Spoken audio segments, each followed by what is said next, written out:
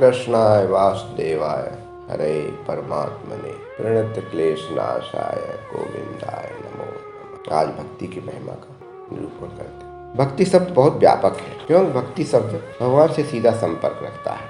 भगवान अनंत है, आत्मा राम है। वेदों ने कहा भी है, ओम पूर्णमद पूर्णमिदं पूर्णात् पूर्णमुदच्यते पूर्णस्य पूर्णमादाय पूर्णमेवावशिष्यते। अर्थात पूर्ण से पूर्ण निकाल लो तो भी पूर्ण बचता है। इसी सिद्धांत से भक्ति भी पूर्ण है। फिर भी हमारे आचार्यों ने भक्ति शब्द के बहुत सारे अर्थ किए हैं। किसी ने कहा है कि भगवान की लीलाओं का गान करना ही भक्ति है।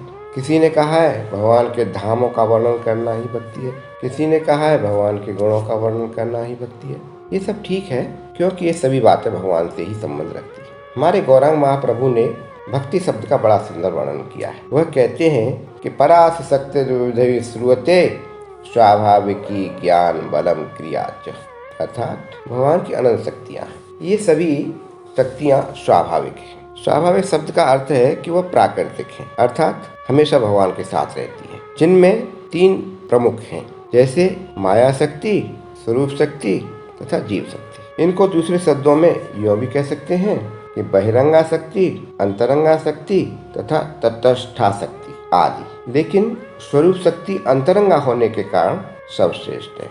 यह तीन प्रकार की होती है, एक सत्स्वरूप शक्ति, दूसरी चित स्वरूप शक्ति तथा तीसरी आनंद स्वरूप शक्ति। इन तीनों शक्तियों से युक्त होने के कारण पूर्ण ब्रह्म को सच्चिदानंद कहते हैं। सत स्वरूप शक्ति से कर्म कांड का प्रादुर्भाव होता है, चित स्वरूप शक्ति से ज्ञान शक्ति की उत्पत्ति होती है तथा आनंद स्वरूप शक्ति से लादिनी शक्ति की उत्पत्ति होती है। इन तीनों शक्तियों में लादिनी शक्ति सर्वश्रेष्ठ है। इसी शक्ति से भगवान श्री कृष्ण अनंत ब्रह्मांड की रचना करते हैं तथा प्रत्येक जीव के अनंत जन्मों के कर्मों का हिसाब रखते हुए तथा उसको फल देते हैं। ये सब काम करते हुए भी पूर्ण ब्रह्म परमानंद में रहते हैं। लादिनी शक्ति का भी सार तत्व का नाम भक्ति है। अब आप सोचिए, भगवान की समस्त शक्तियों में तीन शक्तियाँ हैं, स्वरूप शक्ति, जीव शक्ति तथा माया शक्ति, जिनमें आनंद शक्ति सर्वश्रेष्ठ है।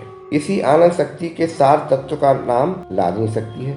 लादिनी शक्ति के भी सार तत्व का नाम भक्ति है। समस्त भक्त भगवान के समक्ष आने पर इसी भक्ति को मांगते हैं, कोई भी भगवान को नहीं मांगता। इसी भक्ति को अविरल भक्ति, अनपायनी भक्ति, निर्भरा भक्ति, पराभक्ति तथा प्रेमा भक्ति आदि नाम से पुकारते हैं। इस भक्ति को देने में भगवान भक्त के साथ बन जाते हैं, इसलिए यह भक्ति देने में भगवान बड़ी आनाकानी करते हैं, किंतु देना पड़ता है। उपरोक्त बातों से यह सिद्ध हो गया कि भगवान की सर्वश्रेष्ठ शक्ति का नाम ही भक्ति है। हमारे सामने प्रश्न यह उठता है कि इस भक्ति को कैसे प्राप्त किया जाए तथा कौन सी साधना की जाए। हमारे पुराण नवदा भक्ति पर बहुत जोर दिया गया है, जैसे श्रवणम, कीर्तनम, विष्णु स्मरणम, पाद सेवनम, अर्चनम, वंदनम, दास, सख्य, आत्मनिवेदनम। लेकिन सुखदेव परमहंस ने राजा परीक्षित को मोक्ष दिलाने के लिए केवल तीन भक्तियों का ही उपदेश किया और कहा, तस्मात् राजन सर्वात्मा भगवानी सुरहरि श्रोतव्य कीर्तव्यश्च स्मृतव्यश्च तथा भयम राजन। तू केवल तीन भक्ति कर, श्रवण भक्ति, कीर्तन भक्ति तथा स्मरण भक्ति, क्योंकि 7 दिन के अंदर तू 9 भक्तियों को पूर्ण नहीं कर सकता। इसलिए मैं तुमको 3 भक्तियों का उपदेश करता हूँ, जिसका अनुसरण करके तू मोक्ष को प्राप्त कर सकता है। यद्यपि भक्ति मार्ग में 2 शब्द बहुत प्रसिद्ध हैं, सकाम भक्ति और निष्काम भक्ति। सकाम भक्ति भी 3 प्रकार की होती है। पहली भक्ति मनुष्य साधन अवस्था में है, थोड़ी बहुत भक्ति कर लेता है, मंदिर भी जाता है, पूजा भी करता है, गीता तथा रामायण का भी पाठ कर लेता है,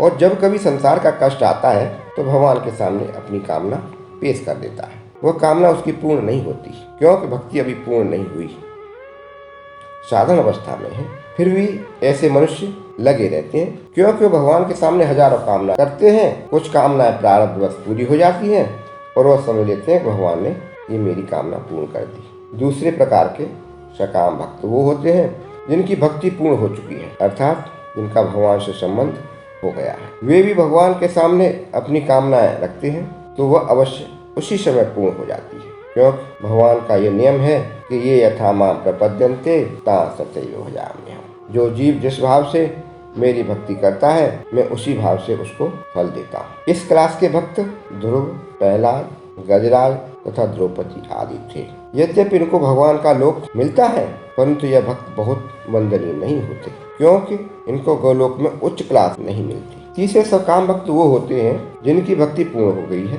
जब कभी उनको संसार का कष्ट आता है तो भगवान से वो इंद्रियों के सुख की कामना के लिए संसार मांगते हैं। वह भगवान से केवल भगवान ही मांगते हैं, अर्थात भगवान ही हमारे पति बने, पिता बने तथा बेटे बने। इस क्लास की भक्त उपजा थी। उन्होंने अपनी इंद्रियों आदि सुख के लिए भगवान से भगवान को ही मांगा था। भगवान भी संसार को देखते हुए उपजा को पहले सुंदरी बनाया, फिर उसके साथ शादी की। जय श्री कृष्णा, जय श्री कृष्ण, जय श्री कृष्ण।